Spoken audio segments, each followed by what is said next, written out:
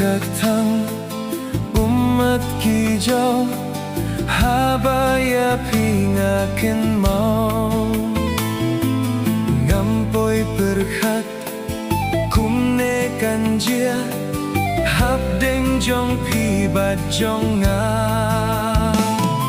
syaengan shem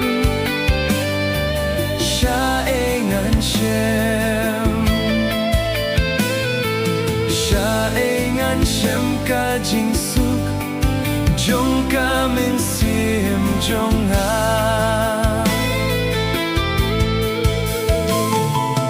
long leh no e ka jing i jong i ngatip hirup hitip hi imat benta kam de yangi ublay ubatip yaka long leno e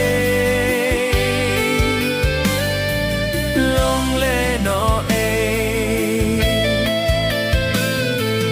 long leno e ka jingi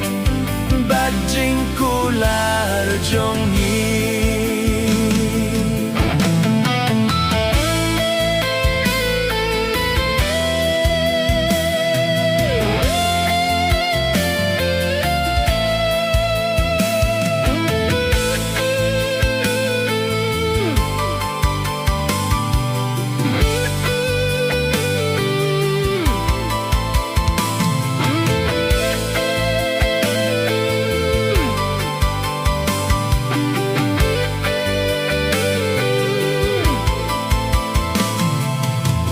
jingkin mau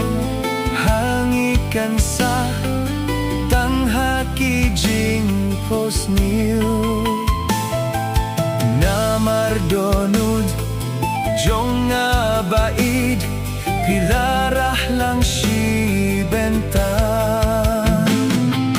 tang jingkin mau